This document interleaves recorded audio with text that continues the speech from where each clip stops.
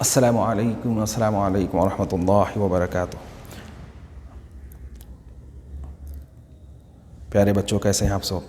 مزے میں؟ الحمدللہ، اللہ اچھا رکھے آپ لوگوں کو، اللہ خوش رکھے، اللہ سرخرو رکھے، اللہ دن دگنی رات چوگنی ترقی عطا فرمائے۔ اللہ ہر مصیبت، ہر آفات، ہر بلیات سے اللہ سبحانہ و تعالیٰ اپنی حفظ و امان میں رکھے۔ آپ سے وہ کام لے لے جس سے وہ اس کے حبیب خوش ہوتے ہوں، اور ان کاموں سے بچائے جن سے وہ اور اس کے حبیب ناراض ہوتے ہیں۔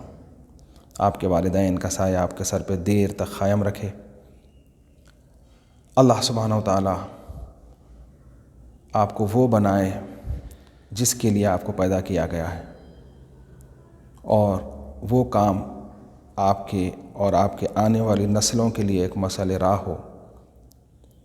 چلیے بیٹے، شروع کرتے ہیں۔ آج کی ہماری ٹاپک ہے خدمت الوالدین، ٹیکنگ کیئر آف پیرنٹس۔ انشاءاللہ ہم شروع کرتے ہیں۔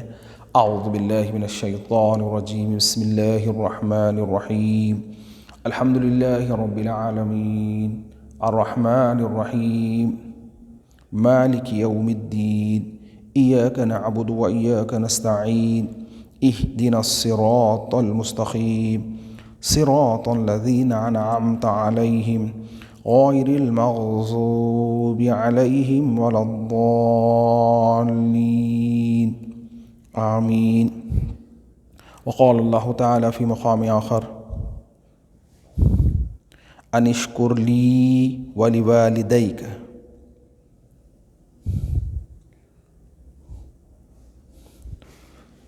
فلا تقل لهما اف ولا تنهرهما۔ وقال الله تعالى في مقام آخر، ان الله وملائكته يصلون على النبي يا ايها الذين آمنوا صلوا عليه وسلموا تسليما۔ اللهم صل على سيدنا مولانا محمد عدد ما في علم الله صلاة دائمة بدوام ملك الله۔ پیارے بچوں،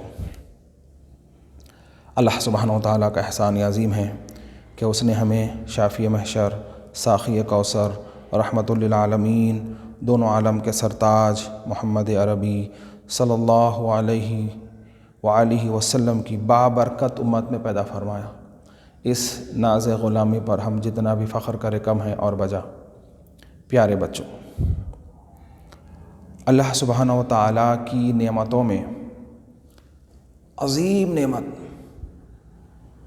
جس کا کوئی بدل نہیں ہے وہ ہے ماں باپ، جن کے بارے میں رب ذوالجلال نے خود ارشاد فرمایا ہے، ان اشکر لی ولوالدیک، میرا شکریہ ادا کرو اور اپنے ماں باپ کا۔ اپنے ساتھ رب نے جس کو جوڑ رکھا ہے وہ ہے ماں باپ۔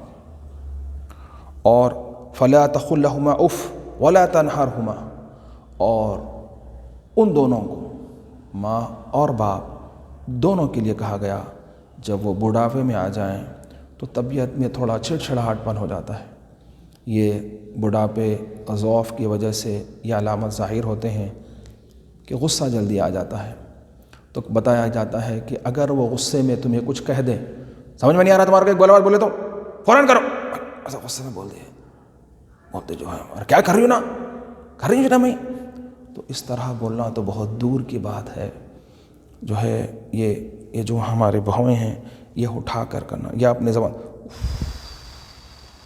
ایسا ایک لفظ منہ سے ہم کوئی چیز کو برداشت کرتے ہوئے خاموش ٹھہراتے، اف، ایسا لفظ، یہ اف کا لفظ بھی، اف کا لفظ زبیں نیچے ٹھہرے ہوئے یا ایسی کھڑے ہوئے مگر لفظ نکل گیا ایک، یعنی ایک سانس لمبی کھینچے اور آپ چھوڑتے وقت کوئی ساؤنڈ پروناؤنس ہو، ایسا ساؤنڈ نکلا ہے جس سے ایک لفظ ان کے اوپر وہ بھی گرا گزر رہا ہے، آپ کا زور سے سانس لے کے چھوڑنا۔ آپ کیا کریں معلوم ہے؟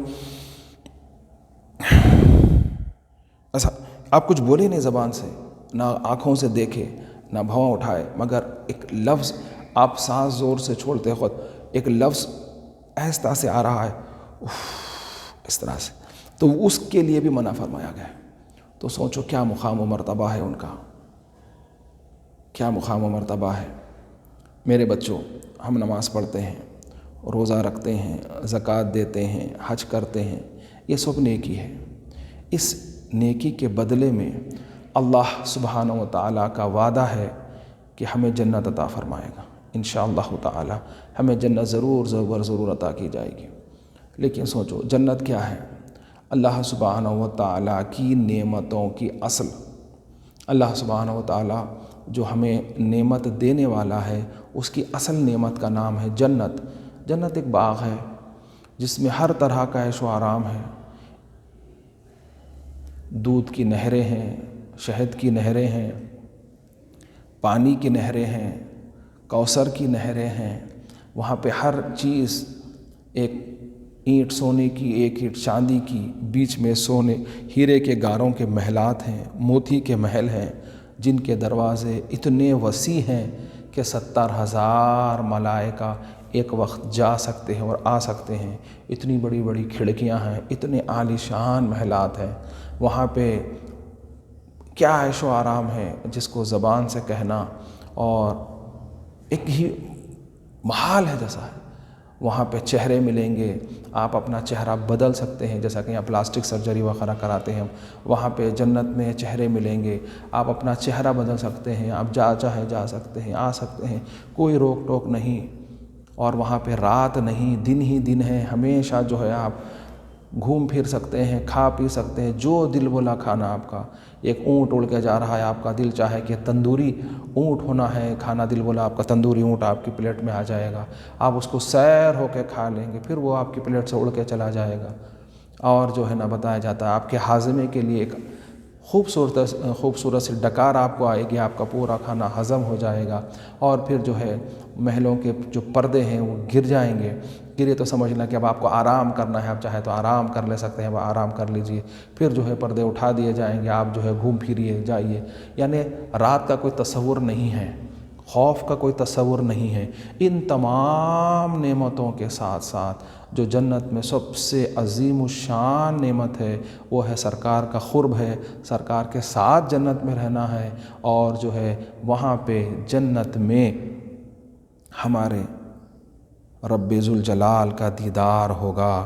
وہ دیدار دنیا میں محال ہے ہمارے لیے، اگر اللہ چاہے تو کچھ بعید نہیں۔ اللہ چاہے تو یہاں بھی ہم اللہ سبحانہ و تعالیٰ کا دیدار کر سکتے ہیں، وہاں تو اللہ نے چاہا تو ضرور بضرور ہم اللہ سبحانہ و تعالیٰ کا دیدار کریں گے۔ تو پیارے بچوں، یہ جو عظیم نعمت ہے جس میں نہریں ہیں، باغات ہیں، محلات ہیں، حور ہیں، غلمان ہیں، ایسی حوریں ہیں کہ وہ آنکھ کھولی تو پوری جنت منور ہو جائے۔ وہ اتنی خوبصورت، اتنی خوبصورت، اتنی خوبصورت کہ اگر اس کی چھنگلائی یا انگلی اگر جنت سے باہر نکال کے اگر وہ بتا دے تو پوری دنیا کے مرد اس سے نکاح کرنے کے لیے ایک دوسرے کو ختم کر دیں۔ وہ اتنی خوبصورت ہے، اتنی خوبصورت ہے، اتنی خوبصورت ہے کہ سمندر اتنا وسیع اور اعلیٰ ہے، اس کے باوجود اس میں اگر کوئی ایک حور تھوک دے تو اس کی تھوک کی برکت سے وہ پورا سمندر کا پانی میٹھا ہو جائے۔ اگر وہ آسمانی دنیا سے نظر جنت سے نکال کر دنیا میں ایسا دیکھے آنکھ کھول کے تو چاند اور سورج چراغوں کی طرح نظر آئیں۔ اتنی سب چیزیں ہونے کے باوجود یہ تمام نعمتیں جو اللہ سبحانہ و تعالی ہم کو یہ تمام اعمال کرنے کے بعد، نماز، روزہ، زکوٰۃ، حج کرنے کے بعد، اس کے بعد جو ہے دینے کا وعدہ فرمایا ہے۔ ہماری ماں کی شان بتانے کے لیے اللہ سبحانہ و تعالیٰ فرماتا ہے الجنت تحت اقدام الامہات۔ ہمارے آقا نے فرمایا کہ جنت ماؤں کے قدموں کے تلے، جنت ماؤں کے قدموں کے نیچے رکھ دی گئی ہے، جنت ان کے خدمت میں رکھ دی گئی ہے۔ سوچو ان کے تلوے کے نیچے کا عظمت کا یہ حال ہے، ان کے تلوے کے نیچے کی مٹی کی عظمت کا یہ حال ہے، تو سوچو ان کے چہرے کا کیا معاملہ ہوگا، ان کے چہرے کا کیا معاملہ ہوگا۔ بتایا جاتا ہے جو اپنی ماں کو ایک مرتبہ مسکرا کے دیکھتا ہے اس کو مقبول حج کا ثواب ملتا ہے، مقبول حج کا ثواب۔ اب یہاں سے حج کا معاملہ شروع ہو گیا ہے۔ بتایا جاتا ہے 4-5 لاکھ روپے جو ہے نا حج کو لگ رہے ہیں، یہاں سے حج کرنے جانے کے لیے 3 لاکھ 4 لاکھ 5 لاکھ ایسے بتایا جاتا ہے پیسے لگتے ہیں۔ اتنے پیسے لگا کے آپ یہاں سے حج کو گئے، صفا سے مروہ تک، خانہ کعبہ کا طواف، تمام چیز مشقت کا کام ہے۔ یہ سب کرنے کے بعد آپ کوئی نہیں بول سکتا کہ میرا حج قبول ہو گیا، نہ آپ کو وہاں سے کوئی سعودی حکومت سرٹیفکیٹ دیتی ہے کہ آپ آتھرائزڈ حج قبول ہے آپ کا، جاؤ یہاں سے، بلکہ آپ آئے، حج کر لیے، چلے گئے، مگر کوئی سند نہیں ہے آپ کے پاس۔ جیسے کہ آپ ہمارے پاس سے پڑھ رہے ہیں، ہم آپ کو پڑھا رہے ہیں، آپ سے ہم ایگزام لیں گے، پھر آپ کو ہم سند دیں گے کہ آپ کامیاب ہو گئے، اس سے آپ کی آگے کی منزل آسان ہو جائے گی۔ اس طرح سے حج جا کے آنے پر کوئی سند آپ کو نہیں ملے گی، کوئی یہ نہیں بتائے گا کہ دیکھو بھائی میں حج کر کے آیا، یہ سرٹیفکیٹ ہے، میرا حج قبول ہوا، جب تک کہ اللہ نہ چاہے۔ لیکن میرے آقا کے قربان جائیں، آپ فرماتے ہیں کہ جو ہے اپنی ماں کو ایک مرتبہ مسکرا کے دیکھنا، ایک مقبول حج کا ثواب ہے صاحب، ایک مقبول حج کا ثواب ہے صاحب، ایک مقبول حج کا ثواب ہے۔ سوچیے آپ کتنی بڑی سعادت ہے۔ تو آپ کو معلوم ہونا چاہیے سال میں ایک ہی مرتبہ ہوتا ہے حج۔ اگر ایک آدمی 100 سال زندہ رہا اور اس کو جو ہے نا 10 سال کے بعد انہیں حج کرنا شروع کرے اور 100 سال تک حج کرے تو اس کے 90 حج ہوں گے۔ لیکن اب مان لیجئے اگر وہ ماں کے ساتھ کرے، بابا اٹھا کے کرے، تو بھی 100 حج ہو گئے، مان لیجئے اس کے 100 سال زندہ رہا۔ لیکن آپ کو معلوم ہونا چاہیے اگر آپ اپنی ماں کو ایک دن میں 100 مرتبہ مسکرا کے دیکھیں تو 100 مقبول حج کا ثواب آپ کو ہوگا، 100 مقبول حج کا ثواب ہوگا۔ کتنی بڑی سعادت ہے وہ، کتنی بڑی نعمت ہے۔ جس کے پاس ہے اس کو پتہ نہیں ہے، اور جس کے پاس نہیں ہے اس کے پاس پچھتاوے کے علاوہ کچھ بھی نہیں ہے۔ جس کے نہیں ہے کوئی پچھتاوے کے علاوہ اس کے پاس کوئی چارہ نہیں ہے، اور جس کے پاس ہے اس کو جو ہے نا اس کی خبر ہی نہیں ہے۔ تو میرے بچوں کیا ہے والدین؟ تو بھلے جنت ان کے قدموں کے تلے رکھی گئی ہے، تو سوچو کیا مقام و مرتبہ ہے ان کا۔ آپ پھر فرما دیا گیا رضی اللہ پھر رضی الوالدین۔ اللہ کے رسول نے فرمایا جس نے اپنے ماں باپ کو راضی کر لیا اس نے اپنے رب کو راضی کر لیا۔ وسخط اللہ وسخط الوالدین، اور جس نے اپنے ماں باپ کو ناراض کیا اس نے اپنے رب کو ناراض کیا۔ تو دیکھو ان کی رضا میں اللہ راضی، ان کی ناراضگی میں اللہ ناراض ہے، یہ بات یاد رکھیے۔ آئیے آج ہم جو ہے اسی پر چلتے ہیں۔ الام والابو نعمتان عظیمتان للاولاد لانها سبب ظہورہم فی الدنیا۔ ماں اور باپ اللہ سبحانہ و تعالیٰ کی نعمتوں میں سے ایک نعمت ہے۔ اللہ کی جو نعمت ہے ان میں سے ایک عظیم نعمت ہے، 2 عظیم نعمتیں ہیں اولاد کے لیے، کیونکہ وہ دنیا میں لانے کا سبب بنتے ہیں۔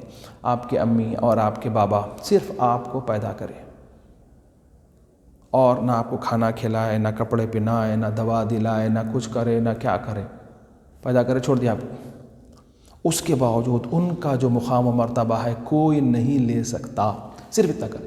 اب اس کے بعد سوچیے آپ جو آپ کو جو چھوٹے سے بڑے کرے، کھلائے پلائے، نہلائے دھلائے، ایک ایک عمل آپ کے ساتھ کرتے گئے، اس کے بعد آپ اندازہ لگائیں کہ ان کا کتنا بڑا معاملہ بڑھتے جائے گا۔